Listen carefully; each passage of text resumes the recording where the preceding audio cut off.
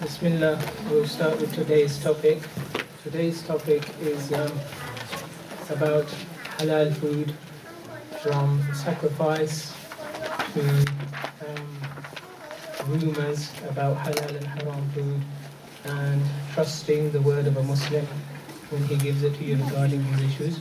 Inshallah, we'll begin. So the first issue, inshallah, we'll deal with is regarding the method of slaughter.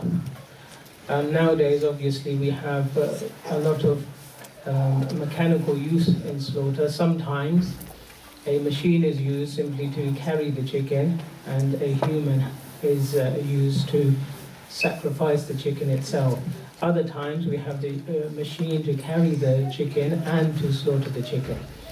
So inshallah, this is the first issue we'll deal with, as there's many views and opinions regarding this. Inshallah, we seek some clarification from Shaykh Samir.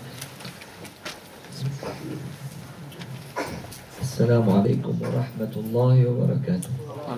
بسم الله الرحمن الرحيم. الحمد لله رب العالمين، وأفضل الصلاة وأتم التسليم على سيدنا محمد الصادق الأمين المبعوث رحمة للعالمين وعلى آله وصحبه أجمعين. اللهم لا سهل إلا ما جعلته سهلا، وأنت تجعل الحزن إذا شئت سهلا. اللهم ألهمنا رشدنا وأعذنا من شرور أنفسنا. To the best of my knowledge, Islamically, you have 4 vessels here.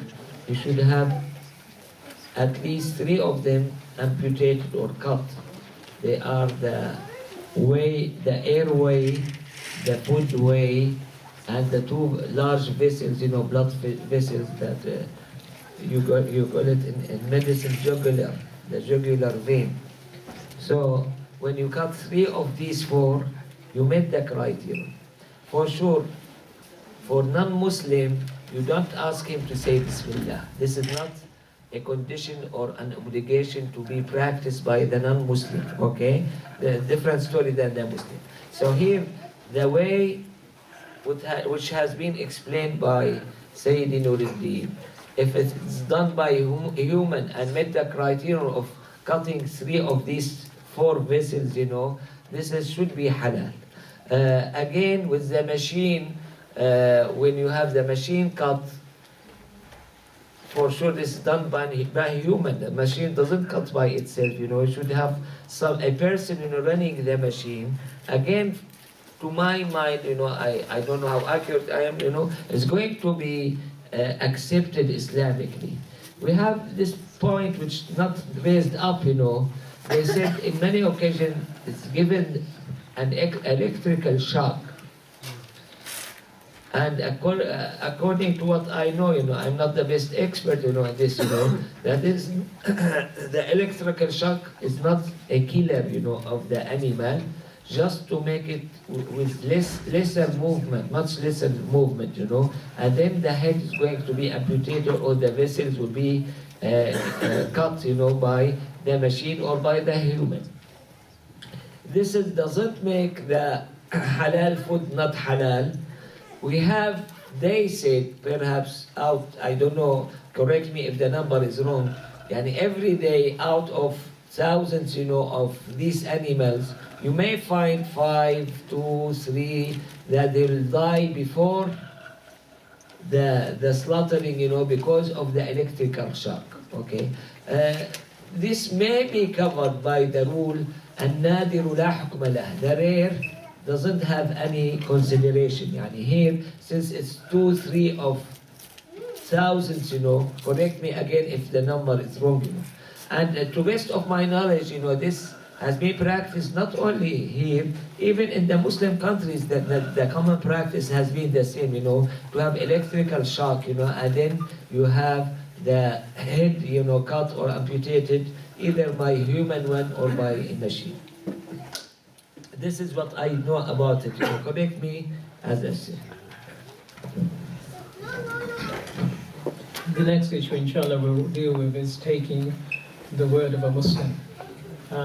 Many Muslims, they have the understanding that if you go to a meat shop to buy meat, or a fast food or a takeaway, or a restaurant, and a Muslim informs you that this food is halal, then this is enough, and there's no need to dig deeper. Other Muslims tend to have the practice of having some kind of doubt, and sometimes out of precaution, not eating if their heart is not at rest.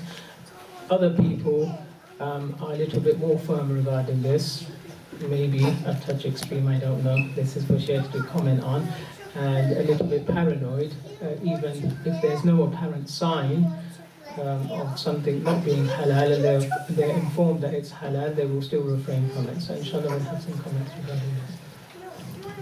The common rule, in Islam, that anything related to your religion, the word of the non-Muslim is not accepted.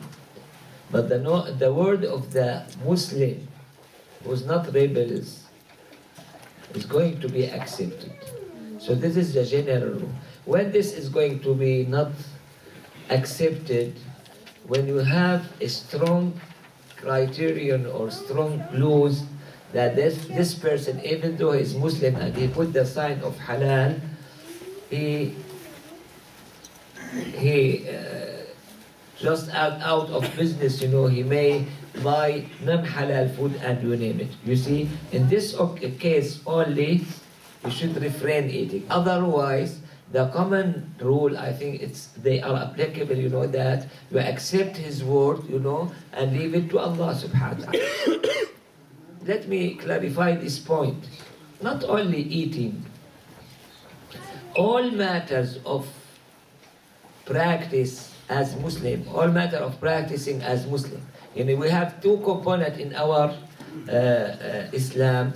The one was called by Sayyidina Jibreel and the Prophet as Iman, belief, and in this you are not going to accept any possibility. You should have certainty about it, certainty about your belief in Allah, certainty about your belief in the hereafter, and you name it, and the 6 pillars, of belief.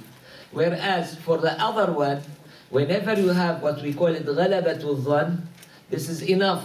When you, in most probability, Fajr time is on, you are, your prayer is eligible. You don't have to have certainty, okay? Ghalabatul dhann is enough.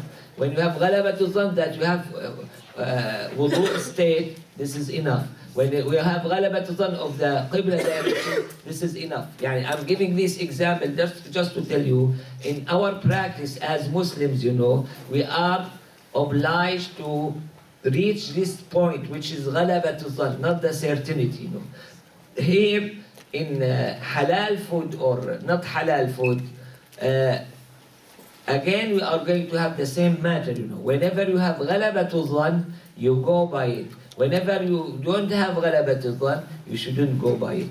So basically, those people who write halal food, and they are Muslims, and this is as something came to you through the Muslim, you are going to accept that unless you have something contradict with it, when you have other qara'in, other clues that may go against this assumption.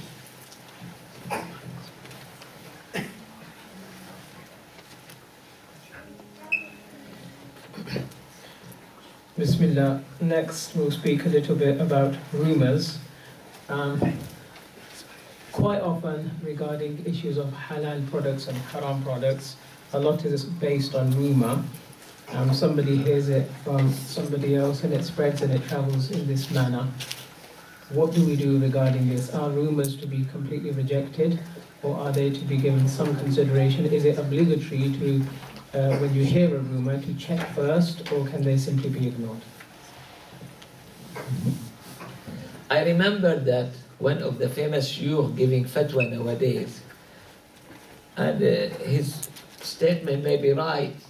He said, when the Islamic banking was started, many rumors they were sent, and you may feel that many persons, they have the benefit, of having these rumors. I don't know, you perhaps know much better than me about these rumors. Do you have any persons here or people that they are going to get benefit of it or not? يعني here namely to have the others who did not say halal food, or those who, some Muslim unfortunately sometimes they don't care about halal food, and you name it. They may have these rumors, just to put down people. So this, I put it in consideration. To answer this question, these rumors, they are not the same. You have some of them, of low percentage and low possibilities, of accuracy. By this, you are not going to consider them as serious one, Whereas other rumors may need to be looked at. So here, I leave this for the experts, in this country to judge each rumor and how accurate is it, and how we should define and clarify that particular rumor.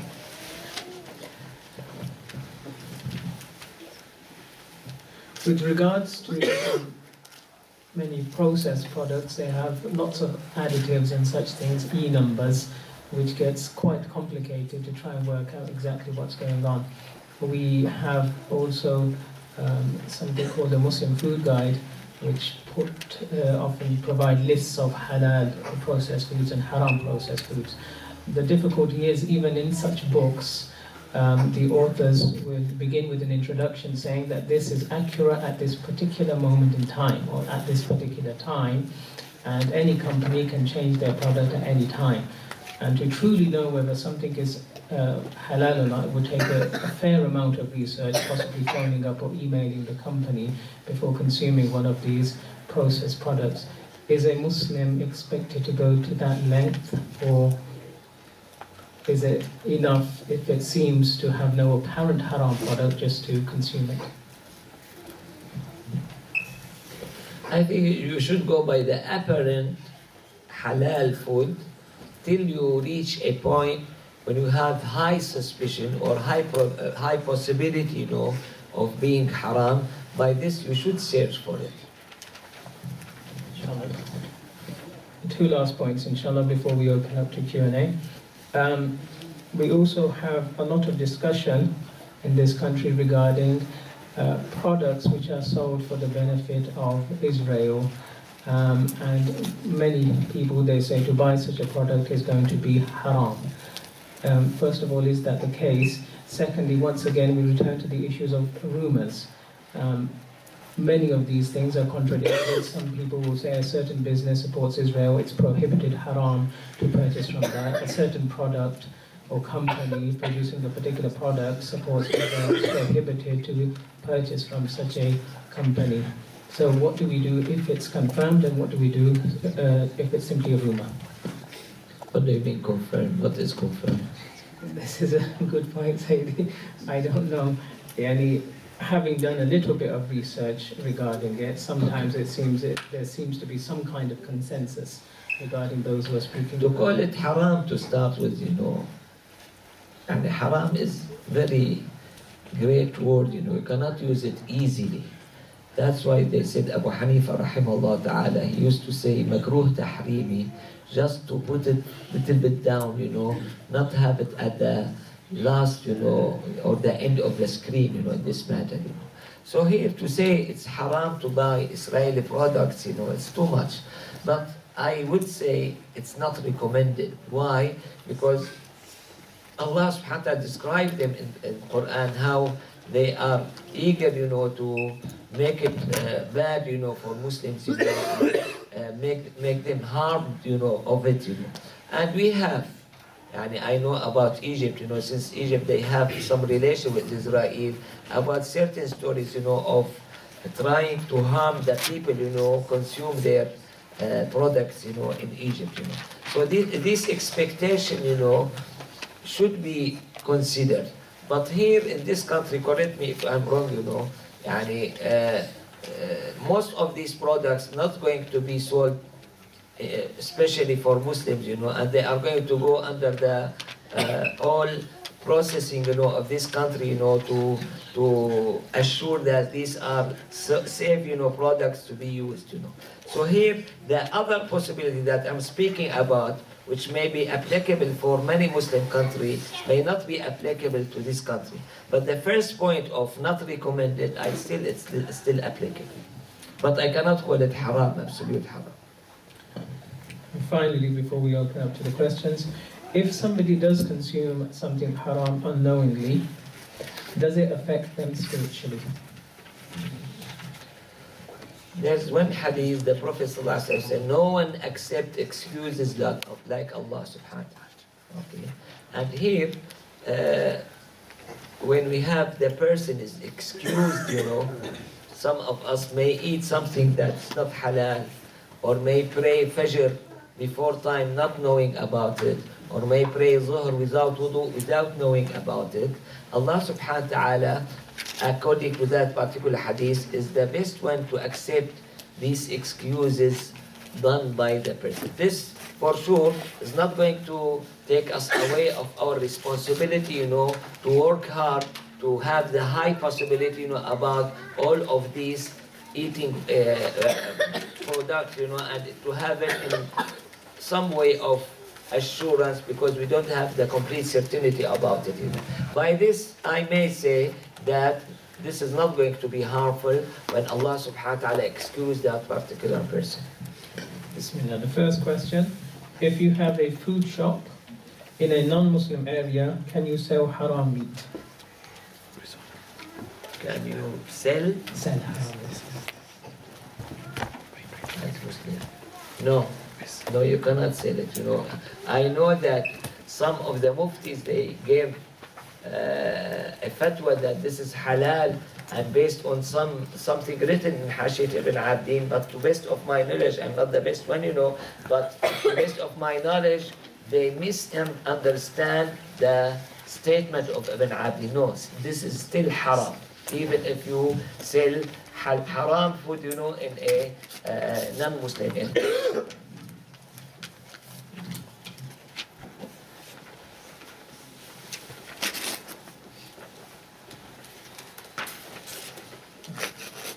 Is Coke haram? What is your opinion?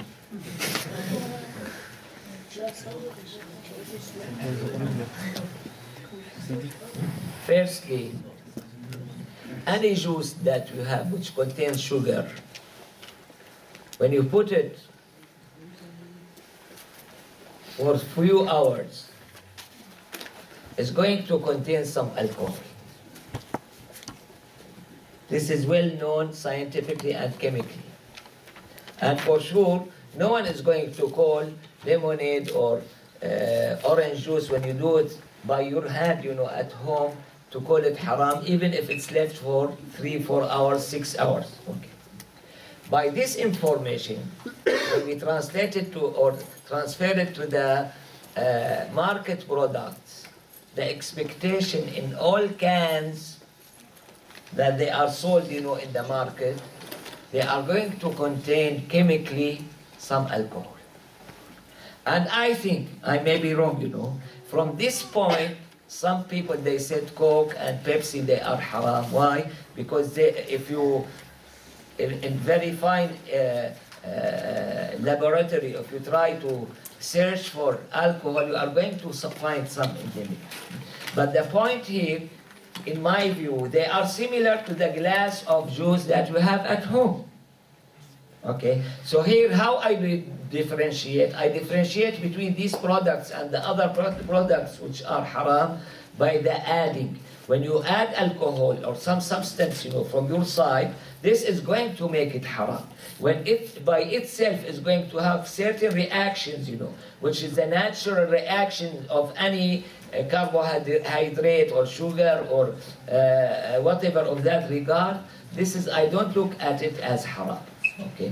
Besides that, I heard rumors like you heard, about Pepsi is derived from pepsin, which is the stomach of the pork, and you name it. All the time we hear these rumors, But apparently, up till now, I don't have any solid proof, that this is haram. So to best of my knowledge, no, Coke and Pepsi and those beverages, they are not haram to best of my knowledge. Assalamu alaikum. Is it permissible to eat kosher meat? Yes, it will be better, because the Jewish people, they have more regulation and more restrictions, about slaughtering food, So perhaps they meet the condition much more than the Muslims, in this regard. Yes, it is permitted. If you purchased a food and later realized it contains a haram ingredient, is it permissible to give it to a non-Muslim person, i.e. neighbor, as opposed to throw it away? No, it's not permissible because this is not considered as a valuable item, to be given to anyone. What is the sin for selling haram food? I don't know exactly what is the sin.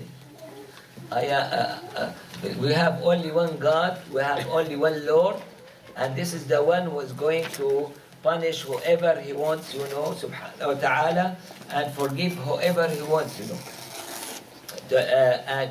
So here, I don't think this is not only my business, this is not the business of any scholar. I'm not scholar. Any scholar, any faqih, this is not of his business, to decide what sin, Okay, if it's meant that is it enormity or not by the question, for sure it's not mentioned, among these famous 7 or 12 enormities, but they declare that anyone who insists in doing it, all the time is maybe considered as an enormity. Regarding stunning, surely chickens die upon stunning. You often see blood seeping out of it upon cooking. So the question about this blood, the blood, The blood, this is, they call it ma'afu anhu, and it's okay, it has been forgiven, because this is part of the reality of slaughtering such animals. The questions have started moving away from the subject a little bit now, so we'll take them also. Inshallah, just give me some relief, because myself is going to be nervous, to speak about halal and haram food. If a product such as spray, perfume, etc. contains ethanol or alcohol, does this make the product najis? Yes. Why are there different schools of thought in fiqh?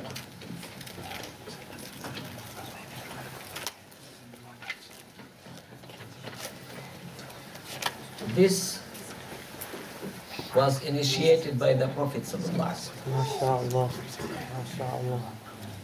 The Prophet ﷺ, as narrated in Bukhari, he gave the command not to pray Asr except they reach Bani Qurayza during the battle of Bani Qurayza.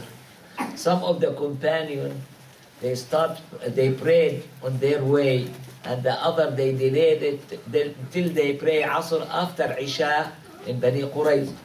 The beauty about it that the Prophet ﷺ knew about both of these teams, or these groups, and he did not condemn or get angry with one of them. And this by itself tells us that we have these texts, the holy text, the holy Quran, the holy tradition of the Prophet ﷺ, and what derived from them, and Allah subhanahu wa ta'ala, out of His mercy, on His slaves, and His servants, make it possible, to have different attitude, how to work these texts, different way of understanding, different way of analysis, and you name it, And you find it, even among ourselves, nowadays we are very limited number here. We are going to have different, about different matters, I'm not going to agree all of us, about it. The beauty about Islam, as I said before, in Islam you have something which is basic and essential. We call it ijma' in Islam, and this is no one has the right or authority to change it, and anyone who try to bypass it is considered as kafir. Whereas we have the other changeable issues, which has been initiated, as I said, in the time of the Prophet ﷺ, and that's why you have different schools, and the companion of the Prophet ﷺ, they spread to to different countries, establish different schools of thoughts, and upon these people, to best of my knowledge, the four madhabs and the other not well-known madhabs nowadays, they were established, upon these efforts, from the companion radiallahu ta'ala. I have more questions regarding our subject area. Is it permitted to eat shellfish like crab, mussels, etc.? It's prohibited in Hanafi, permitted in other madhabs. All other madhabs, they permitted. The Hanafi, they prohibited to eat anything, any seafood except the fish. If the animal is tortured before it is killed, can you still eat it? If it's slaughtered in the Islamic way, yes. Even though, bearing in mind, torture is haram even to animals. A Muslim shopkeeper is selling alcohol and other haram products but also sells halal items. Can you shop there or go to a non-Muslim shop generally? No, it's better to go to Muslim shop, even though we sell haram products, will be still, I don't say it's obligation, it's recommended, to go and to the Muslim shop. If one takes medication that contains a haram ingredient, i.e. alcohol or gelatin, are they permitted to take it for medical reasons? If they have a necessity. Ibn Abidin in his Hashiyah said, here when you have the high ghalabat al-dhann, which I may translate it to 75 or 80%, is considered as certainty, and you may use the medication for those matters. Why I should say so? Because in medicine, many of those products or maneuvers, they are not, we don't have certainty about them. So that's why Ibn Abdin highlighted that the high probability of them, is equal to certainty in medical treatment. Assalamu alaikum wa rahmatullahi wa barakatuh.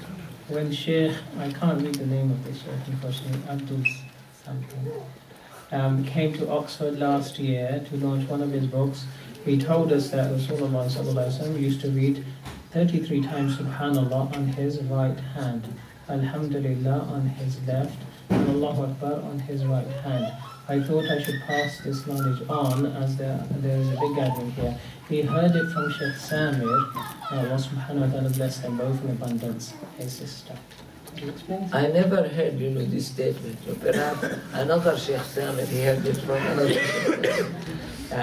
To best of my knowledge, I don't have any hadith to prove this. I cannot say it's wrong, I don't remember any hadith. But for me, it doesn't go with the common guidelines that we have.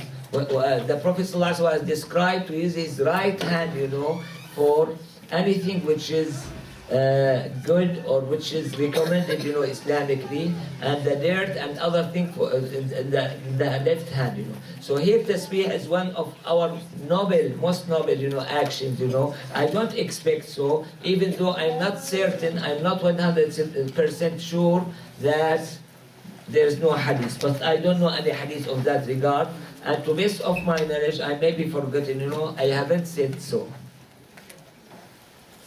Assalamu alaikum. Can you clarify the exact order of slaughtering animals? The orders and the way most of these maneuvers or the steps, they are recommended, they are not a must. The obligation only to cut 3 of the 4 vessels, That's what we insist on more. And this is an obligation, and this should be met. The other matters, we don't call them as an obligation. For sure, the order is to say Bismillah and to start from the front area, okay? But if the cut came from the back or rear area, or if you amputate the whole head, right away, these are offensive actions, but this is not going to make the meat make it haram. And here we should have some recognition between what's disliked or considered as an offensive reaction and what is going to make the halal meat, make it haram, or make it like a dead flesh. Recently I heard that farmed fish is fed on food pellets made of pig. Does this make this fish haram? No. Especially in Hanafi, because this يطهر بالاستحالة, by change, it's going to be considered tahir. Is horse meat halal? Horse meat, they said, majority of scholars, they said halal. Imam Malik said haram. In Hanafi madhab, they said makruh. And they have different opinion about why it's makruh in Hanafi madhab. Some they said because it was the tool of fighting in the sake of Allah subhanahu wa ta'ala. If this was the reason behind it, nowadays it's not as such. The other they said no, for other reasons. If it's for the other reasons, still makruh nowadays. If one sells alcohol in a halal meat serving restaurant, if they use the money to go to Hajj, Umrah, would it nullify or not?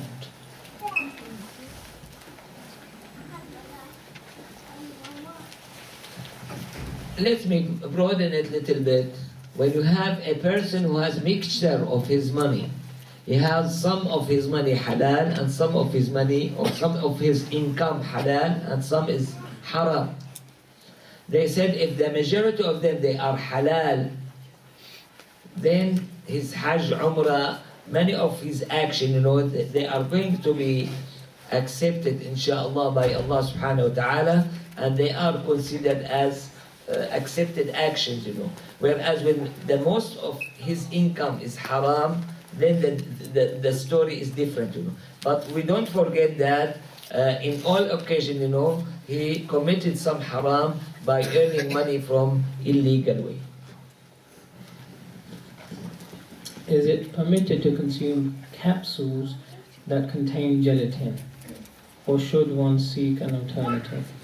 If you have an alternative, no, it is haram. If you don't have an alternative, and there is ghalabatul dhann, or high probability of cure, you may use.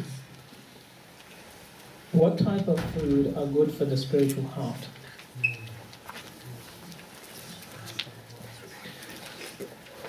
As the Prophet ﷺ said, بِحَسْبِ ابْنِ آدَمْ لُقَيْمَاتٍ يُقِمْنَ صُلْبَهُ. Few, what do you call it, luqaymat? Morsels. Okay, few morsels, just to keep him alive. This for the spirits. May not be that good for your body, okay? But the asker said about spirit, okay? This is the most useful way, for your spirits. All of you experience, during Ramadan, spiritually you feel yourself, high. Even though your body may be weak, you may be dizzy, you may have some anemia, and you name it. How important is it to eat good food, especially at Islamic events? I'm not sure, but maybe good food here means healthy food. And if we speak about halal and haram food, it's not important. It's also an obligation, to eat halal food. If we speak about healthy and non-healthy, for sure we are responsible for our bodies, and we should choose the healthiest one, all of us, with few exceptions, we may have bad habits, about eating, because sometimes we have a lot of desire, to eat something which is harmful to us, Inshallah, may Allah forgive us, I cannot call it haram, because we malpractice it all the time. When you go to a blessed person, eat a lot, Have a recorded tape playing the Shahada. Others have a knife with the Shahada written. Is this an acceptable method of dhabh? This has nothing to do with dhabh, because if the actor is not Muslim, you don't ask him, to say Bismillah. It's not a recommendation for him. If he's Muslim, this is not enough to have recorder. If the one act the actor is Muslim, this is not enough to have a recorder or to have the holy name written on the knife. He should say Bismillah, okay? So again, for the non-Muslim, it's not recommended. For the Muslim, it doesn't work.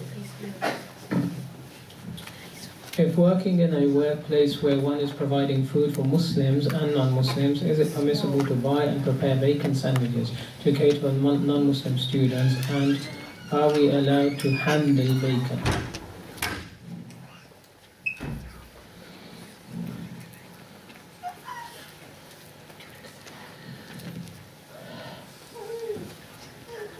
I think it's haram. Now I analyzed it, from the general rule.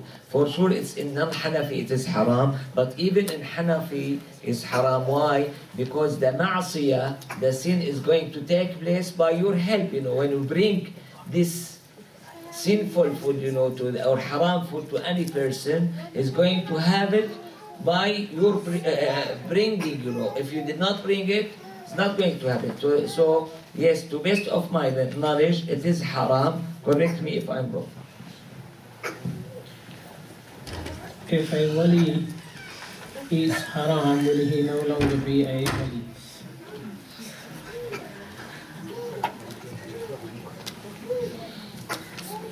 The wali is human. The wali is not immune. One time, a famous wali, Sayyidina Abu Yazid, and in other narrations, Sayyidina Junaid was asked about an enormity. Is it possible to be done by al-Arif? And he paused for a while, and then he said, وَكَانَ أَمْرُ اللَّهِ قَدَرًا مَقْدُورًا.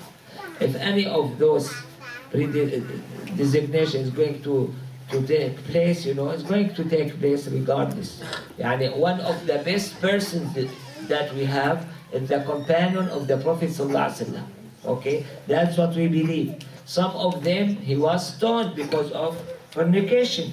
The other, he was beaten up because of drinking. This, I'm not here to ease those matters. These still enormities. Okay, these are one of the worst action to have. Okay, but this doesn't make the wali not wali, by this. It may, sometimes it may make, don't try. If you are wali, don't try these matters, but always concentrate on your heart. Some, they may misunderstand me. They said, okay, my heart is clean all the time, but he yet practice those bad practices, I have some suspicion. When you have this bad practice all the time, I have some suspicion that your heart is pure, Most of these people, their heart is not that pure, I'm not speaking because I'm better, I'm the worst, among you, But always search and watch your heart. This is the most important point.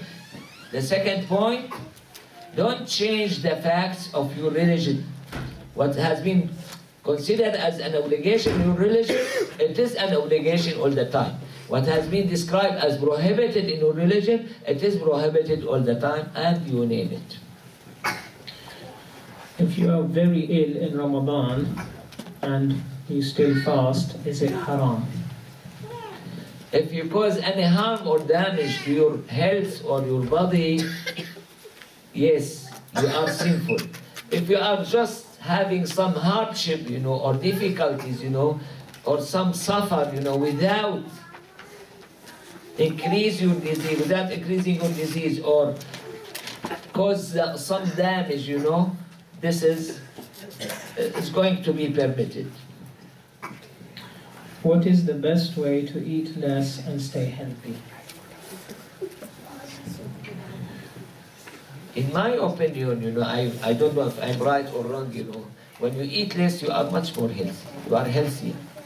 One of our major problems nowadays, including myself, because we eat a lot, That's why we face a lot of problems, Those who are limited, in their eating, habit of eating, they may, because you have many physical factors on this matter, and many factors that we don't know. Allah subhanahu wa ta'ala knows the best of all of these factors, to have long age or good health or you name it, But generally speaking, I feel, okay, that the one who eat less, is going to be healthier. And there's a Muslim physician, he passed away, rahimahullah ta'ala, an Egyptian when he used to live in US, and he has this trial, done on mice.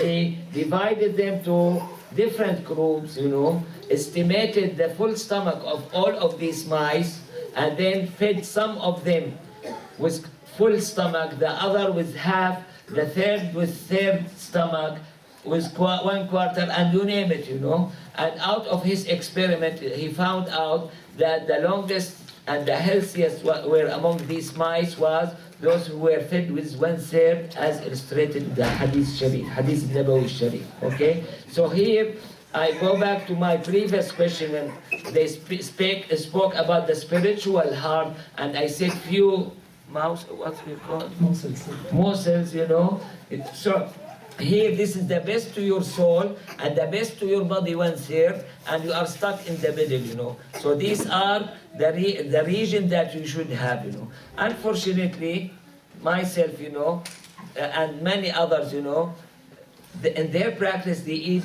much more than 1/3 of their stomach. Okay, so by this, cutting down in food is good idea for your health and for your soul. I think we've more or less exhausted the questions on this subject area, so we're going to move on. We'll get some more will answer them, inshallah. There's a lot of repetition as well. Please do listen carefully to Shaykh's answers and try to avoid repetition. How can one stop worrying about what others think of them? What any actions? It's a matter of occupation. All of us, we are occupied with something else. Okay? Some of us, they are occupied with food. The others with clothes. The third with fame. The fourth with beauty. Okay? So, here, when you are occupied with Allah subhanahu wa ta'ala, you have your heart full of Allah subhanahu wa ta'ala, this is going to make you even not aware about the others.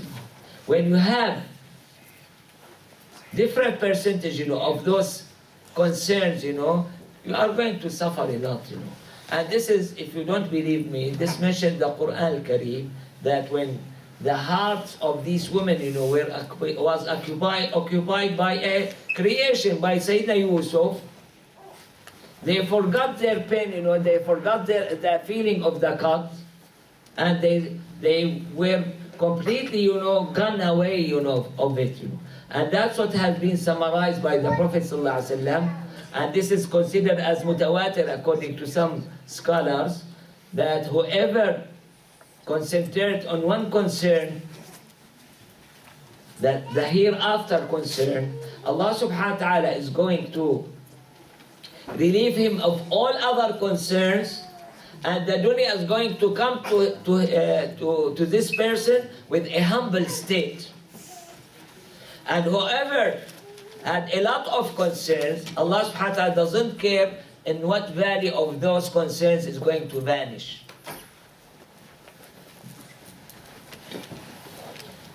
Shaykh Samir often speaks about Shaykh al-Akbar. Please, can you tell us a bit more about him? Allah. Who is Shaykh Samir? I'm not Shaykh, sorry.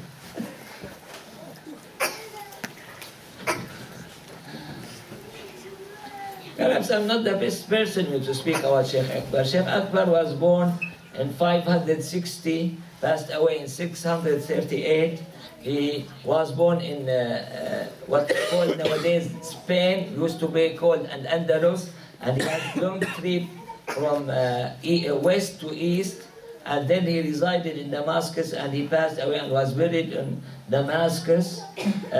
What's unique about him, he was described that he is knowledgeable about any knowledge much more than the people of that particular knowledge. And here we speak about specialty, and really those researchers, they were admired with Shaykh al-Akbar, and perhaps that's why he was called as Shaykh al-Akbar, because he is knowledgeable about different branches, of knowledge, much more than the expertise, in that particular field. There's a commentary about him. I read it in book of a person tried to put down a Shaykh al-Akbar, but I felt that this commentary make him up and not down. What did he say, this person who spoke against him? He said, there's never anyone accompany this person without feeling that he is the best. And he tried to condemn Shaykh al-Akbar by saying so. For me, it was unique praise, because, the best knowledgeable about any person among us, those who accompany him all the time, they are going to be real knower, of him, Those who just see me sitting here and speaking, they don't know me. I'm not Shaykh, but when you join and travel with me and see me in another activity, you may know me much better. So the point here, he has this comment to put the Shaykh al-Akbar down, which make me feel that really he's in indirect way he praising the Shaykh al-Akbar. You see, just think about it. He said, we have never seen anyone accompany this person without considering him as the best, not one the best. I added to this commentary one of my experience, because I observed some people, who read in the books of the Shaykh al-Akbar. I said, you don't find anyone read in the books of the Shaykh al-Akbar, consider any books, better than the books of the Shaykh al-Akbar. Okay? By this, enough, alhamdulillah.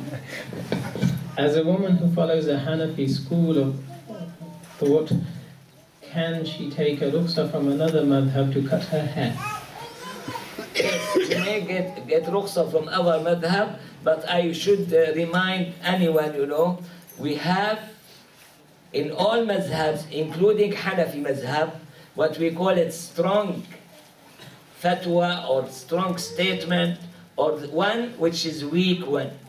And this is applicable to Hanafi and non-Hanafi madhab. Okay. When we want to have rukhsah from the other madhab, should be the strongest one, the dominant one, not the weak one. Okay. This is the only condition that came through my mind now. Just be careful about it. I'm sorry to tell you, I don't know how accurate this statement, but in my feeling, none in Hanafi neither in Hanafi nor in the other, you have very skillful, persons nowadays. So be careful about the one give you the fatwa. Is it permissible for students to take out loans for university studies? This has been asked to me frequently. First time I was here in UK, and they told me at that particular time that the interest or the increase in the repayment of it, is equal to the inflation. If this is the case, this may be permitted, according to Abu Yusuf, which is the strongest opinion in Hanafi madhab. Nowadays, I have been told that, no, they take more interest of it. If this is the case, it is haram. Can you work in a place that sells haram? If you are not involved in the haram directly, you may. Otherwise, no, it's better to find different job.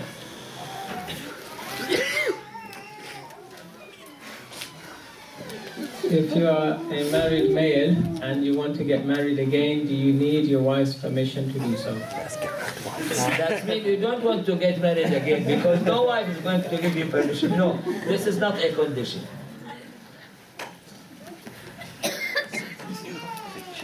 If one goes to a gathering, he feels a spiritual boost, they feel they love the Prophet ﷺ, how can they always have this feeling? And it's a very good question, This is not for sure one of the great gathering when we gather on the love of the Prophet ﷺ. But any gathering which make you remember Allah subhanahu wa ta'ala, remember the Prophet ﷺ, fearful of Allah, one of the highly recommended matter to keep up your state, till you have the next event, coming to you.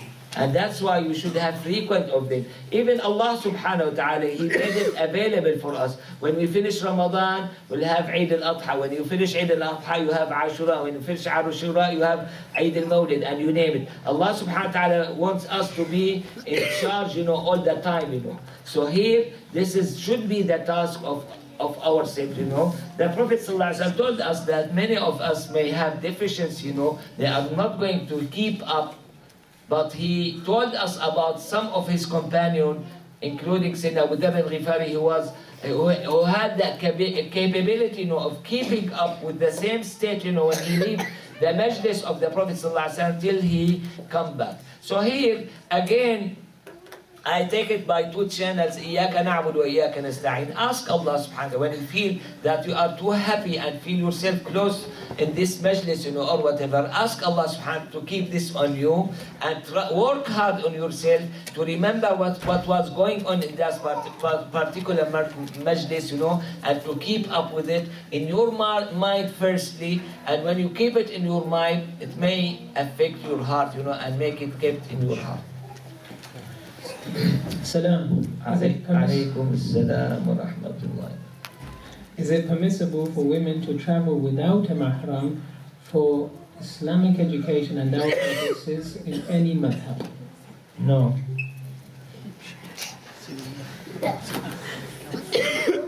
Is IVF permissible in the Sharia? If so, under what conditions? I heard from Shaykh Abul Yusr, who was one of the most knowledgeable people in the Hanafi madhab. He said the procedure itself is permissible, but to uncover the awra for this purpose is not permitted. Okay? And here, not necessary to have children. Okay? This is not, you are not going to die if you don't have children. So the Shaykh Abu Yusuf did not look at this matter as a necessary. Okay? He said the procedure per se, it is permitted.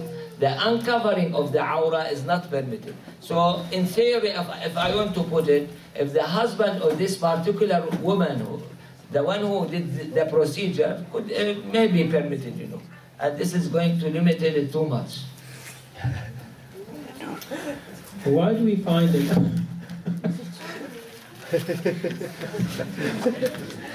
Why do we find a lot of dispute and backbiting with practicing brothers and sisters? How can we avoid this, especially when it involves close friends? A lot of what? Backbiting and disputation with practicing Muslim brothers and sisters.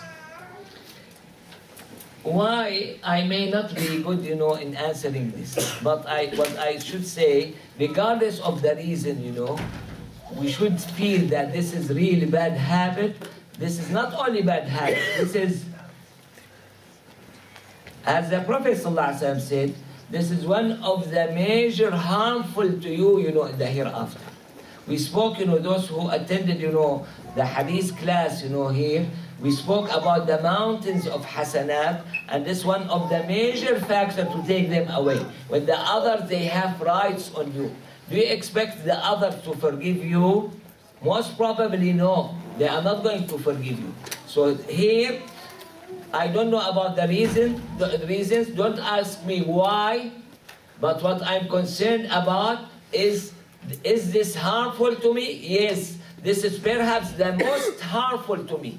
And when I commit sin, Allah subhanahu wa ta'ala may forgive me. When I commit sin against so and so, the most probability that He's not going to forgive me. And that's why Allah subhanahu wa ta'ala said, يَوْمَ يَفِرُّ الْمَرْءُ مِنْ أَخِيهِ وَأُمِّهِ وَأَبِيهِ وَصَاحِبَتِهِ وَبَنِيهِ. These are the dearest and the most close relative, to him. They are going to run away from him. Why? Because those are the most to be backbited, and speaking badly about them and hurted, and you name them, and they will run away because they don't want to give you anything of their hasanat.